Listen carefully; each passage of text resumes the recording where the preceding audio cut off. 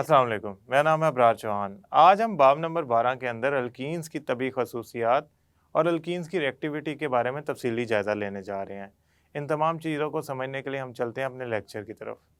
आज का हमारा जो मौजू है वो अल्कीन्स की तैयारी का दूसरा हिस्सा है और साथ साथ आज हम इसकी तबी खसूसियात को भी पढ़ेंगे। अब एक बात ज़रा गौर से समझें, अल्कीन्स की तैयारी शुरू करते हुए हमने कहा था कि अल्कीन तैयार करने के लिए आप सैचुरेटेड मॉलिक्यूल में से कुछ एटम या ग्रुप ऑफ एटम को निकाल कर अल्कीन बना सकते हैं। अब वो जो एटम्स आपने निकालने हैं उनको वाटर की सूरत में निकाल दें, हाइड्रोजन की सूरत में निकाल दें, आप उनको हेलोजन की सूरत में, किसी सूरत में निकालना है, मतलब एटम निकालने हैं ताकि आपका सिंगल बॉन्ड डबल बॉन्ड में तब्दील हो जाए, क्योंकि अनसैचुरेशन हो जाएगी। अब अनसैचुरेशन होने से क्या होगा, डबल बॉन्ड वजूद में आएगा। तो यही तो हमारा असल में सवाल था, ज़रूरत थी। तो हम ऐसा करते हैं, सबसे पहले शुरू करते हैं अल्कीन्स की तैयारी का दूसरा हिस्सा, अल्कीन्स की तैयारी का दूसरा हिस्सा। दूसरे हिस्से में हम करने क्या जा रहे हैं, हम अल्काइल हैलाइड की डीहाइड्रो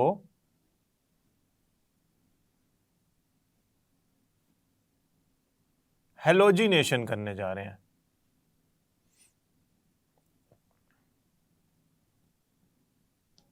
अब पहली बात तो यह है कि अल्काइल हैलाइड क्या होते हैं, वो मैं आपको अल्केन्स में बड़ी तफसील से बता चुका हूँ। अल्काइल हैलाइड ऐसे कंपाउंड होते हैं ऑर्गेनिक जिसमें अल्काइल ग्रुप हेलोजन से जुड़ा होता है। मिसाल के तौर पे इथाइल ग्रुप CH3 CH2 अगर ब्रोमीन से जुड़ा हो तो ये ब्रोमो ईथेन या इथाइल ब्रोमाइड या अल्काइल हैलाइड का कोई मॉलिक्यूल कहलाएगा। डीहाइड्रो हेलोजिनेशन क्या होती है, ज़रा इसको आपको समझना पड़ेगा। डी का मतलब होता है नहीं है, निकाल देना, ठीक है। हाइड्रो निकाल देना, निकाल देना। हाइड्रो का मतलब होता है हाइड्रोजन, हेलोजन का मतलब होता है हेलोजन। तो ऐसा तरीक़ेकार जिसमें आप हेलोजन और हाइड्रोजन को निकाल दें, डीहाइड्रो हेलोजिनेशन कहलाता है। लिहाजा डीहाइड्रोहेलोजिनेशन एक ऐसा तरीक़ेकार है, एक ऐसा प्रोसेस है, एक ऐसा केमिकल रिएक्शन है जिसके अंदर हम हाइड्रोजन और हेलोजन को निकाल देते हैं एक ही मॉलिक्यूल से। ये नहीं है कि एक मॉलिक्यूल से हाइड्रोजन निकाल दिए, एक मॉलिक्यूल से हेलोजन निकाल दिए, एक ही मॉलिक्यूल के अंदर से। उस मॉलिक्यूल का नाम क्या है, अल्काइल हैलाइड। अगर आप अल्काइल हैलाइड के अंदर से निकाल दें किसको, हाइड्रोजन और हेलोजन को, तो आपका अल्कीन बन जाता है। मिसाल के तौर पे इसको करने के लिए हमें चाहिए होता है KOH अल्कोहल के अंदर, KOH अल्कोहल के अंदर। आपको याद होगा जब मैं लिखता था सोडियम आयन तो मैं वहाँ लिखता था एक्वस, इसका मतलब था पानी में। इसी तरह अगर मैं लिखता था KOH तो यहाँ लिखता था एक्वस, इसका मतलब था पानी में हल किए गए हैं, ये अल्कोहल में हल किया गया है। इसे कहते हैं alcoholic KOH, alcoholic potassium hydroxide. ये बड़ा ज़बरदस्त रिएक्टिव होता है। इसमें जो हाइड्रोक्सिल ग्रुप है यानी OH ग्रुप है, इतना ताकतवर होता है कि आप सोच नहीं सकते। ये क्या करता है, हाइड्रोजन पकड़ के ले जाता है, किसका, अल्काइल हैलाइड का। पोटाशियम क्या करता है, हेलोजन पकड़ के ले जाता है, किसका, अल्काइल हैलाइड का। तो एक हिस्सा पोटाशियम हाइड्रोक्साइड में से हाइड्रोक्सिल ग्रुप ने हाइड्रोजन निकाल दिया, पोटाशियम ने हेलोजन निकाल दिया, तो हमारे पास क्या बचा, CH3 CH2, एक यहाँ पे लगा लें हेलोजन कोई सा। आप क्या करें, इसमें पोटाशियम हाइड्रोक्साइड अल्कोहलिक डालें, अल्कोहलिक, अल्कोहल वाला, ठीक है, अल्कोहलिक, अल्कोहल में हल किया गया, ठीक है। अब होगा क्या, ये जो पोटाशियम है ना, ये होता है पॉजिटिव ग्रुप 1 की मेटल, और हेलोजन यकीनन नेगेटिव 1 होता है। ये दोनों मिलके बनाते हैं पोटाशियम हैलाइड आयनिक कंपाउंड, इंतहाई इस्तेकाम वाला, potassium chloride, potassium bromide, potassium iodide. तो पोटाशियम की कोशिश है जहाँ हेलोजन नजर आए पकड़ ले। असल में ना पहले ये जो हाइड्रोक्सिल ग्रुप है ये क्या करता है, हाइड्रोजन पकड़ता है और बनाता है वाटर, फिर पोटाशियम उस हैलोजन को पकड़ के आयनिक कंपाउंड बना लेता है या उसके साथ जुड़ जाता है। पीछे क्या बच गया, देखें ये और ये इस्तेमाल हो गए और इधर से एक हाइड्रोजन खाया गया। पीछे क्या बच गया, CH3 था ना, उससे एक हाइड्रोजन निकाल लिया गया तो पीछे बच गया CH2 और ये बच गया CH2। अब अगर आप गौर करें, इस मॉलिक्यूल को गौर से देखें तो ये मॉलिक्यूल की शक्ल कुछ इस तरह बन रही है। कार्बन, ये 2 हाइड्रोजन, सिंगल बॉन्ड, ये 2 हाइड्रोजन। आप फौरन कहेंगे सर ये मॉलिक्यूल जो है ये तो अपनी 4 वैलेंसी कार्बन की पूरी नहीं करवा रहा, तो ये मॉलिक्यूल तो जिंदा रहने का हकदार ही नहीं है। क्या करें, इसमें डबल बॉन्ड बनाएं, लिहाजा अब कार्बन की 4 वैलेंसी मुतमईन हो गई, पूरी हो गई, लिहाजा इधर आएगा डबल बॉन्ड। अब आप कहेंगे इसका मतलब ये हो गया कि अल्काइल हैलाइड का अल्कोहलिक KOH से रिएक्शन करवाएं तो आपका बन जाता है ईथीन। अब मैं क्या करता हूँ, एक और मॉलिक्यूल लेता हूँ, इस दफ़ा मैं लेता हूँ इथाइल यानी कि CH3 CH2 इथाइल बरोमाइड Br। यहाँ अगर CH3 लगा होता तो मिथाइल बरोमाइड, यहाँ क्लोरीन लगा होता तो यही लगा होता तो इथाइल क्लोराइड। खैर अल्काइल हैलाइड है ये, ठीक हो गया, इसे ब्रोमो इथेन भी कहते हैं। इसका अल्कोहलिक KOH से रिएक्शन करवाएं, अल्कोहल में हल किया गया, तो क्या होगा, ये ब्रोमीन को पकड़ लेगा, क्या बनाएगा, KBr। हाइड्रोक्सिल ग्रुप किसको पकड़ेगा, आप कहेंगे सर पहले कार्बन के हाइड्रोजन को। याद रखिएगा ब्रोमीन इस कार्बन से उतरा है तो एक और एटम जो उतरना है वो अगले कार्बन से उतरेगा, वो कभी भी इस कार्बन से हाइड्रोजन नहीं उतारना। ये कार्बन नंबर 1 है, कार्बन नंबर 2 है, 2 से तो ब्रोमीन उतरा है तो हाइड्रोजन हमेशा उससे अगले कार्बन से उतरता है, उसी कार्बन से हाइड्रोजन नहीं उतरता। तो बना H2O। आगे क्या बना, CH2, एक हाइड्रोजन उतर गया ना इसमें से, CH2 सिंगल बॉन्ड। आप फौरन कहेंगे सर अभी तो आपने बताया कि यहाँ पे डबल बॉन्ड होना चाहिए, ये लें जी। तो इस तरह हमने अल्काइल हैलाइड में अल्कोहलिक KOH डाल के ईथीन बना ली। याद रखिएगा बड़ी सादी सी बात, जितने अल्काइल हैलाइड के कार्बन होंगे उसी वाला अल्कीन बनेगा। मसलन अगर यहाँ पे 4 की चेन होती, 4 कार्बन की, तो उससे ब्यूटीन बनती, 3 की चेन होती तो प्रोपीन बनती। अभी 2 की चेन है तो ये इथाइल ग्रुप है, 2 की चेन को कौन सा ग्रुप कहते हैं, इथाइल ग्रुप, तो वो ईथीन में तब्दील होगा, उसका ईथीन में तबादला होगा, क्योंकि वो कार्बन की तादाद कम ज़्यादा नहीं होती इसमें, कार्बन की तादाद कम ज़्यादा नहीं होती इसमें। अब हम चलते हैं खसूसियात हैं तभी उनकी तरफ। इनकी तभी खसूसियात पढ़ने के लिए हम यहाँ ऐसा लिखते हैं, तभी खसूसियात।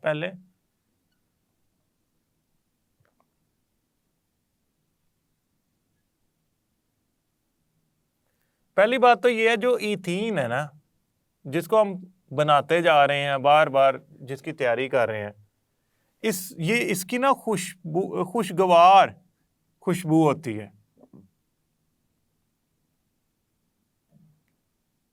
और दूसरी बात ये बेरंग गैस होती है। तीसरी बात, ईथीन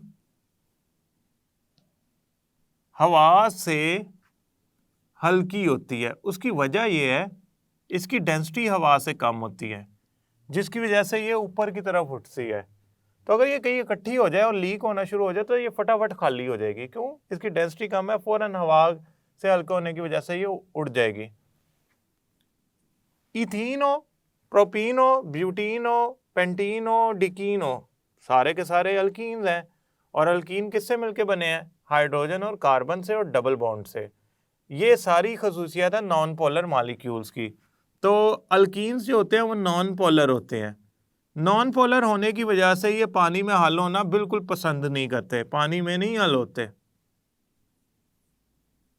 लिहाजा हरगिज़ कोशिश ना कीजिएगा इनको पानी में हल करने की, ये पानी में हल नहीं होते। अगर ये पानी में हल होते तो ये पोलर होते, क्योंकि पानी में सॉलिबिलिटी का असूल लगता है लाइक डिजोल्व लाइक, जो जैसा है वैसी फितरत वाले में हल होगा। लिहाजा ये नॉन पोलर होने की वजह से पानी में हल नहीं होते। इनका मॉलिक्यूलर साइज बढ़ने से, इनका मॉलिक्यूलर साइज बढ़ने से मेल्टिंग पॉइंट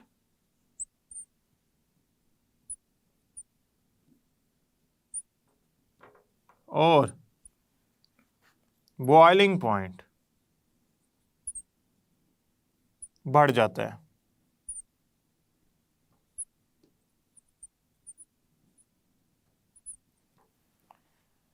अब इस बात को आपने समझना है और इसको अपने ज़हन में बिठा लेना है कि अगर मॉलिक्यूल साइज में बड़ा होगा ना, चाहे वो अल्कीन का हो, अल्काइन का हो, अल्केन का हो, उनके दरमियान कशिश बढ़ जाती है, जिससे मेल्टिंग और बॉइलिंग पॉइंट जो होता है वो इनका बढ़ जाता है, कम नहीं होता, बढ़ जाता है।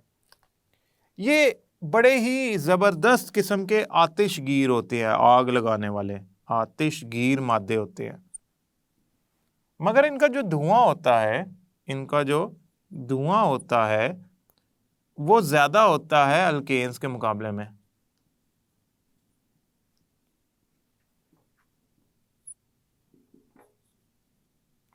उसकी वजह अगर आप गौर से देखें ना, तो हाइड्रोजन के मुकाबले में कार्बन की तादाद जो होती है ना, वो अल्केन्स में कम होती है, इसमें ज़्यादा होती है हाइड्रोजन के मुकाबले में। हालांकि दोनों के मॉलिक्यूल बराबर कार्बन रखते हैं।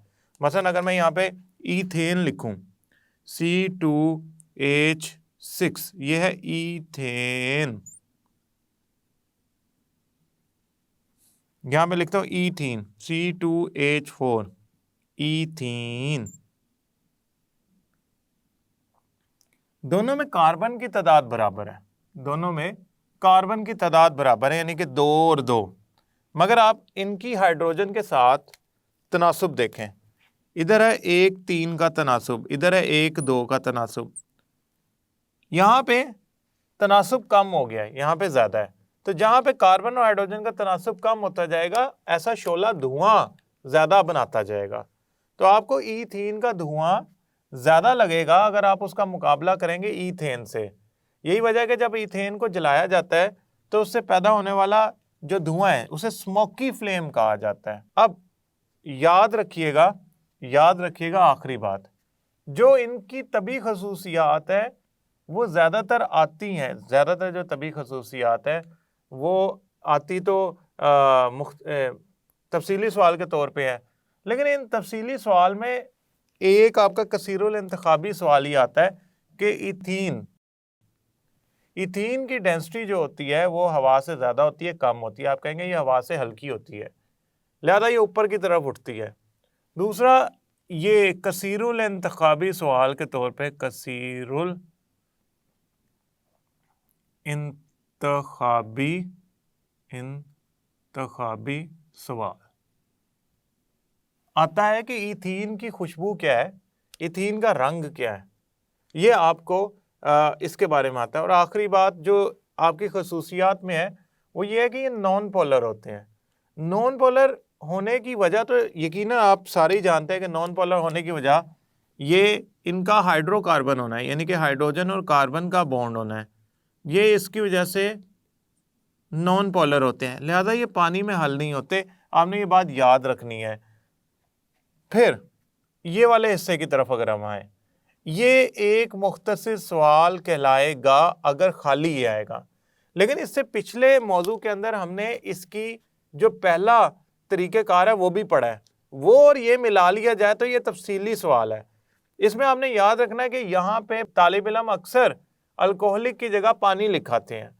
पानी अगर इससे रिएक्शन करेगा ना तो अल्कोहल बनेगा, इथीन नहीं बनेगा। हमारा वो रिएक्शन मौजू ज़ेरे बहस नहीं है। हमसे ये पूछा जा रहा है कि अल्कोहलिक KOH का रिएक्शन करवाएं और इथीन बनाएं। हमने ये लिखना है। ये एक बहुत बड़ी गलती है जो तालिब इल्म करते हैं कि वो अल्कोहलिक KOH की जगह खाली KOH लिखाते हैं। खाली KOH ठोस होता है और यहाँ उसे पानी में हल करके उसका सोल्यूशन बनेगा या अल्कोहल में। अगर आप उसे अल्कोहल में हल करते हैं तो उसकी जो खासियत है वो ये है कि वो एटम्स को निकालना शुरू कर देता है। लिहाजा आपने ये वाली बात को अपने जहन में रखना है। यहाँ पे आप क्लोरीन भी ले सकते हैं, ज़रूरी नहीं ब्रोमीन लें, क्लोरीन भी लिया जा सकता है, आयोडीन भी लिया जा सकता है, वो आप पे मुनहसिर है कि क्या लें। अगर आयोडीन वाला अल्काइल हैलाइड लेंगे तो उसकी रिएक्टिविटी ज़्यादा होगी, ब्रोमीन वाला लेंगे तो उसकी दरमियानी सी होगी, क्लोरीन वाला लेंगे उसकी बहुत आयोडीन वाले अल्काइल हैलाइड के मुकाबले में कम होगी। और अगर तो आप फ्लोरीन वाला अल्काइल हैलाइड लेंगे, मसलन आपने इथाइल या फ्लोरीन लगा दिया, तो वो तो रिएक्शन करना मुनासिब ही नहीं समझता, वो इतना ज़्यादा रिएक्टिव नहीं होता। लिहाजा आप ब्रोमीन वाला इथाइल हैलाइड लें या अल्काइल हैलाइड ब्रोमीन वाला लें और उसे अल्कोहलिक KOH के साथ रिएक्शन करवाएं और आपकी जो प्रोडक्ट्स बनेंगी उसमें हमारी मतलूबा डबल बॉन्ड वाली प्रोडक्ट बन जाएगी जिसका नाम इथीन है। मुझे उम्मीद है ये लेक्चर आपको समझ आया होगा। अगले लेक्चर तक के लिए अल्लाह हाफिज़।